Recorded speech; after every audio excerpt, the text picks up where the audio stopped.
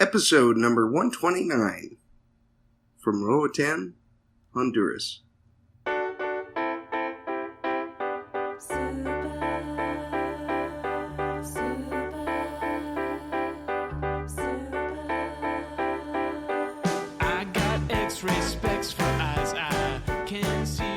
Welcome to the Heads Up Poker Podcast.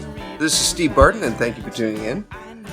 Thank you for your tweets. Thank you for your follows. Thank you for your emails.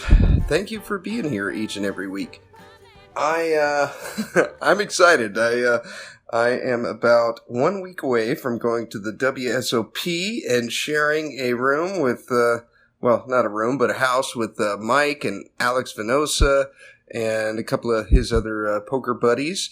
And I'm looking forward to meeting each and every one of you that's going to be out there at the WSOP. So if you're going to be out there, hit me up on Twitter and we'll meet up. We'll have a beer. We'll play some poker. We'll talk shop. But I'm out here in Honduras right now. I've been out here for about 2 weeks. Got an episode here for you about bounties. So I recorded this one about 2 or 3 weeks ago. This was a hand that Mike played in a bounty tournament. Carlos and Jacob and I broke this one down and did all the math, and we figured it all out. But so if you've ever wondered how to do the math in bounty tournaments, this is the episode for you.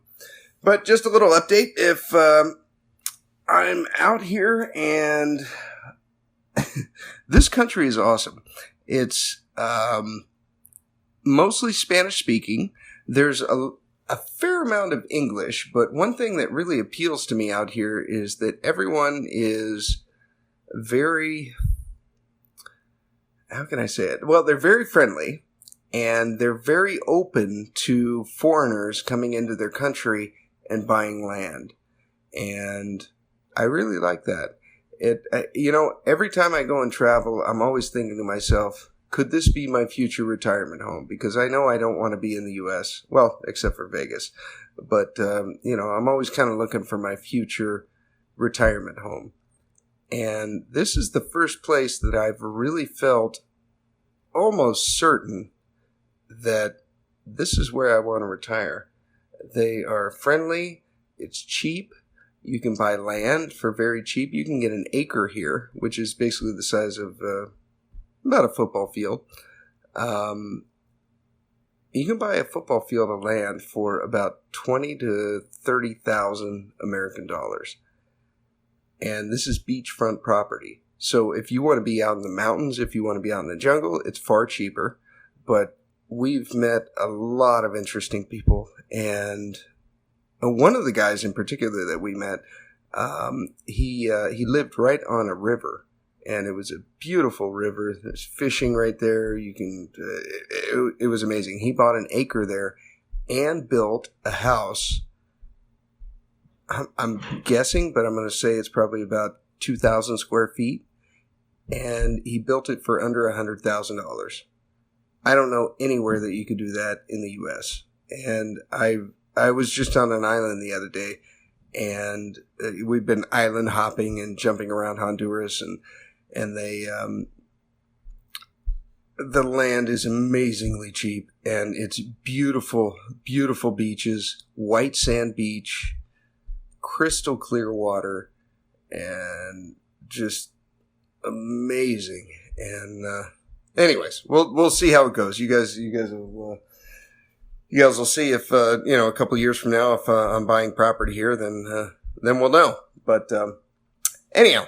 We're going to go on to the strategy hand, and without further ado, here it is. Supersonic speed that I used to run to you. I stretch my arms.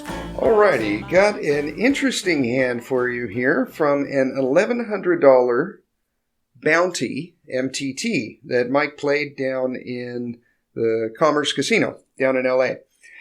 This hand is brought to you by Tournament Poker Edge. You like money. I like money. And as Paul Newman said in The Color of Money, money won is twice as sweet as money earned. Well, let's win some money. Let's take your game to the next level. Join Tournament Poker Edge and start playing like a professional. Watch videos, post hands in the forum, and get responses from the more experienced players who have been there and have the answers. Stop playing in a fog and start playing smart. Tournament poker is one of the fastest evolving games that there is. It's always changing, bet sizing. Everyone was min-raising everything. Now we're back to 3xing it. Sometimes you see 5x. What's the correct one? Donk betting has been invented. People now have 5-bet bluffing ranges. We didn't even know what that was a few years ago. You have to stay on top of it, or you're going to get left in the dust wondering where your bankroll went. Join Tournament Poker Edge. Use the codes HUP month, HUP quarter, or HUP year, SYSC. Save yourself some cash. Study and learn with other people that are just like us. It will be the best thing you've ever done for your tournament game. I guarantee it. Okay, so this hand is from an $1,100 bounty. Mike played it at Commerce. There's 61 people that entered, and we have 45 left. Okay, blind levels are 250, 500. So Mike is the hero in this one. He's got 10-8 suited, under the gun +2.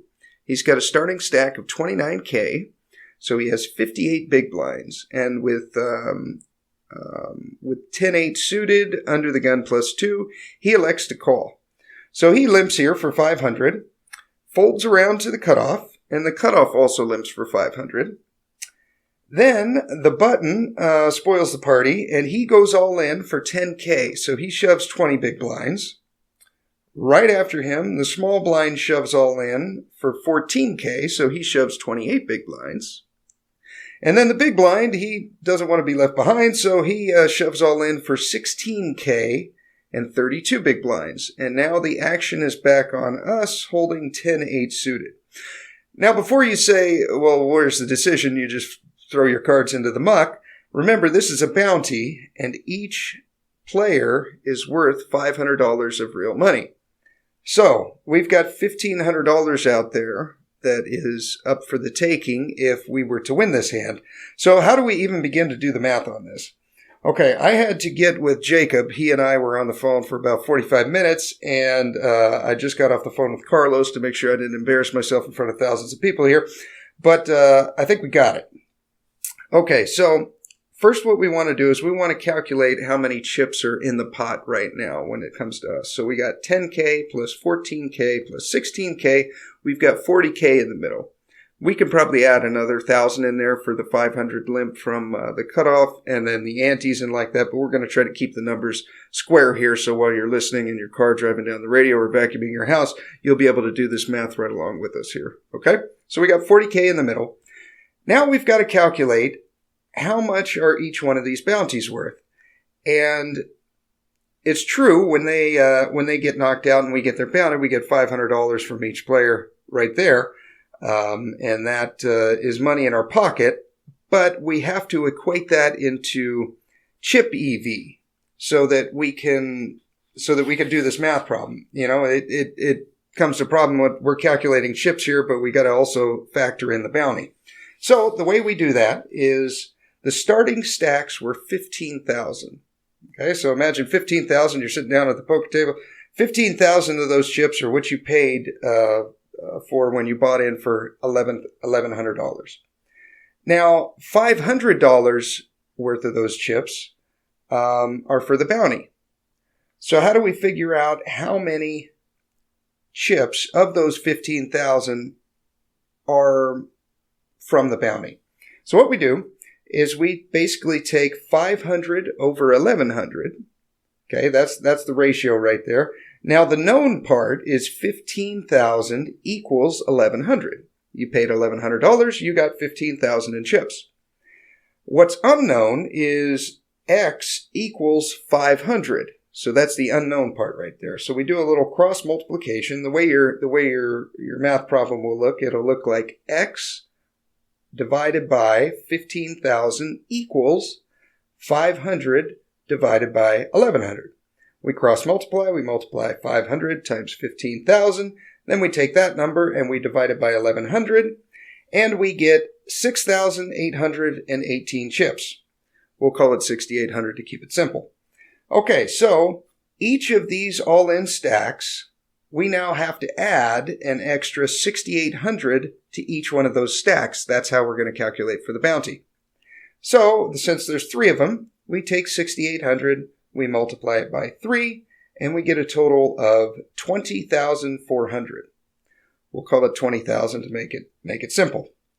So I already got 40K in the pot from each one of their all-ins. And then we add the extra 20,000, the extra 20K from the bounty part of the equation. And so 40,000 plus 20,000 is 60,000 chips in the middle. And the action's back on us. The biggest all-in was 16K. We've already put in 500 for our limp. So that means it's 15,500 to call. We'll call it 15K to make it simple. Okay, 60K in the pot. 15,000 to call. Okay, what's our odds here? What are we getting? We're getting 4 to 1, right? If you divide 60,000 by 15,000, it goes in 4 times. So we got a ratio of 4 to 1. Now that means that we have to win this hand 1 out of 5 times. Okay, because we're putting in our 15,000, so that bumps the total up to 75,000. Now you take 75,000, divide that by 15. We have to win 1 out of 5 times. So if we were to put that into a percentage, what percentage of the time would we need to win this pot? Okay, we'll take 1 divided by 5, 20%, right? So we got to win this pot 20% of the time. Now, how do we figure out if we're actually good here 20% of the time? How would we even know? Well, this is where your friend and mine comes in, and this is the equity calculator. So we plug in people's ranges of what we think they will be for each range here. Okay, so we go to the equity calculator, and let's plug in some ranges. Now, for the purpose of this calculation, we're going to assume that the cutoff is just going to fold. He probably, maybe there are times where he limps there with kings and aces, just hoping that one of the short stacks will shove, but I think that's pretty few and far between. We're going to say if we call here, which I think really in real life what we should do is we should just shove to really put the test to the cutoff. The cutoff has us covered. So we started with 29K. The cutoff has more than that. We'll just say for the purpose of this calculation that the cutoff's going to fold. Okay, that'll make it far more simple. All right, so what are the ranges of each of these players? So look at it from, we'll start with us. We can plug in our range into slice here, and we have 10-8 suited. That one's easy. That one's done for player 1. That's us. Player 2, what's his range here? So this is the button. Now keep in mind from his perspective, what he's seen so far is he's seen under the gun +2 limp, then he's seen the cutoff limp, and now he's sitting on the button and he's got 20 big blinds. Now what's his range here? I put into his range any pair, so 2s plus. I put any ace, any offsuit ace, any suited ace. I put king jack off, king queen off, queen jack suited, king 10 suited plus. I think that's probably pretty accurate. I'm trying to imagine myself on there, and I would definitely shove any pair. When you see 2 limps like that, you got 20 big blinds. Almost always you're going to take this down. We want to be fairly wide here, but if you do get called, you've got some hands in here that have got a lot of value. Okay, so we plug that in. Then we go to the next player. Okay, so the small blind. Now from his perspective, remember we got under the gun +2 limps, and then the cutoff limps, and now the button shoves for 20 big blinds. So the small blind's range should be stronger here than the buttons. And this is what I plugged in for him. We got pocket 5s plus, ace 10 suited plus, ace 10 off plus, king jack suited plus, and I threw in king jack off and king queen off. That may be a little wide here, but we'll leave it at that. Now the fourth player, the big blind. He's got to be even tighter than these two guys because we've got a limp from the cutoff, button shoves for 20 big blinds, small blind shoves for 28 big blinds. Now we've got 32 big blinds and the action's on us and we shove. So what's the big blind's range here? For him, I put 7s plus, ace jack suited plus, ace jack off plus. That, for me, this might be a little loose. I think I would probably go 9s plus, but Mike said these are a bunch of LA gens that like to reload, so we'll go with that read. All right, so we plug these ranges into here, and we push play on Slice. And we are at 21.8%, okay, against that range. And we need to win, what did we say? 1 out of 5 times. We need to win 20% of the time. So we do pick up a 1.8% edge here if these are their actual ranges. In game, I can tell you I would just fold here and then do the math afterwards like we are here. I think this is basically a break-even spot with 61 players that entered. We got 45 left. We're still in the beginning, approaching middle stages of the tournament. I don't really like the risk here. You know, you're basically, you're going to lose 4 out of 5 times. You're going to win 1 out of 5, and you're basically going to break even to do it. And you may realize 1,500 chips from this, but we have a stack of 29K, 58 big blinds. I just don't think it's worth the risk here. As far as results, what we got from Mikey here, he says they, in typical Mikey fashion, said they ended up with amazingly shitty hands. So the button ended up having Queen Jack, the small blind had 5-5, and then the big blind had Ace 9. I really don't like the Ace 9 here play here. The other two, it's probably okay. So let's see how this affects our ranges. We plugged in what we thought would be our ranges for these guys. But now that we have this information, let's throw in a couple others here. Okay, so for the button, if he's moving all in with Queen Jack offsuit, we didn't have Queen Jack offsuit in our range here, so I think we need to add a little bit. Okay, so we had any pair plus, we threw in a Jack 10 suited, Queen Jack suited. We definitely got to throw in the Queen Jack off because that's what he shoved with. I think we can open that up a little bit to King 10 off, maybe Queen 10 suited, just a couple others there. Maybe we'll throw in a 10-9 suited and an 8-9 suited if he's doing that with Queen Jack off. Okay, so we'll plug that in. Then for player 3, so we got the small blind. He ended up having 5-5, which was at the very bottom of the range that we gave him. We gave him 5s plus, and then Ace 10 suited plus, Ace 10 off plus, King Jack off plus, and King Jack suited plus. So if he shoved with 5s there, maybe that was the bottom of his range. Maybe it wasn't. I'll throw in 4s just to add a little bit. Okay, and then the last player, the big blind, was far wider than he should be, or that we thought. He actually had Ace 9 off. And the best we gave him there was Ace Jack off. So we got to add 2 here at least. And if he's shoving with Ace 9 off, I'm going to assume that he's shoving with Ace 9 suited. So we got to add another 2 on that side. If he's doing Ace 9 off, then I'm going to throw in King Queen suited. I'm clicking and unclicking here, King Queen off. Ace 9 off, King Queen off. They're pretty close. And I'm going to throw in a couple more pairs here. We said 7s plus. I'm going to throw in 6s and 5s. All right. So we do that, and then we press play again, and we do gain a skosh of equity, 0.3%. We are now up to 22.2. So this may be worth 1,500 or 2,000 chips.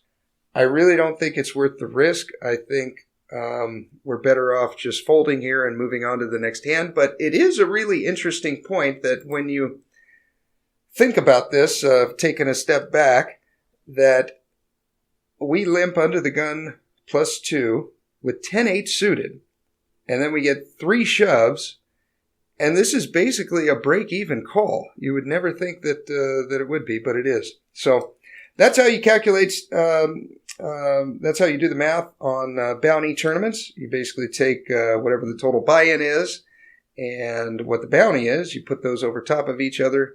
You get a decimal, and then you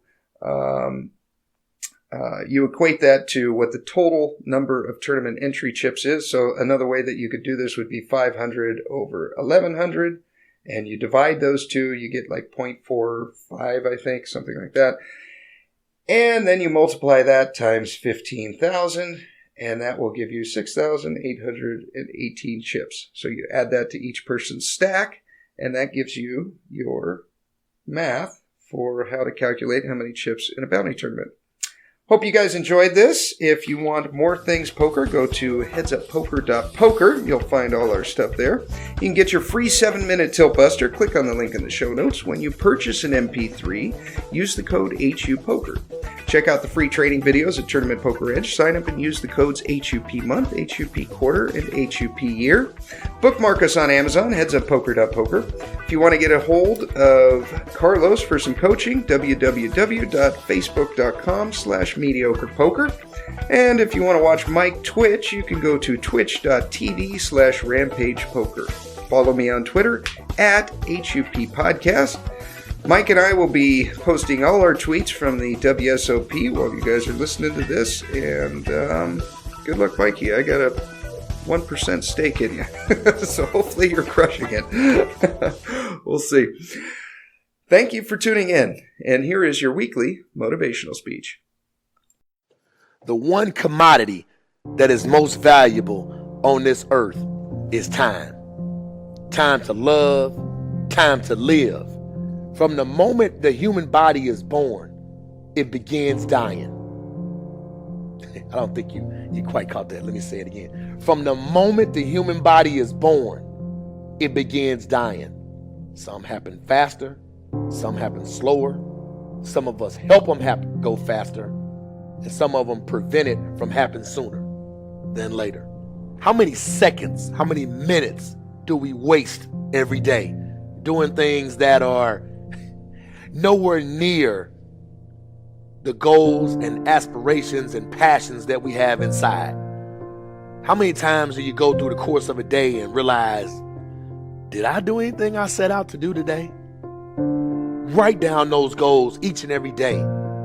No matter if it's 2 goals a day, if you can accomplish those, then you're doing more than just making it through the day.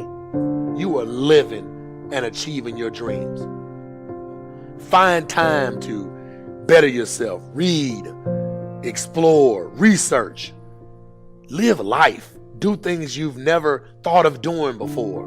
That's what it's all about. When you're born, that's that date that they put on the left side of the tombstone.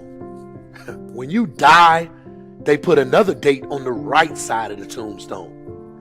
But that dash in the middle is the most important thing on that tombstone. That is a line that throughout that entire time frame, you were able to impact and touch others' lives. You were able to leave your mark on this earth. You were able to build a legacy that nobody could change.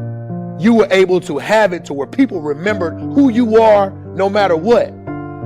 When you're living for that dash in the middle, you're going to remember your why.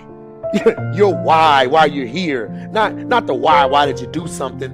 Your why, your reason for getting up in the morning, your reason for pushing yourself past the brink of exertion and giving up. Your reason for moving on and getting things done in life. That dash in the middle, that's the thing that pushes you.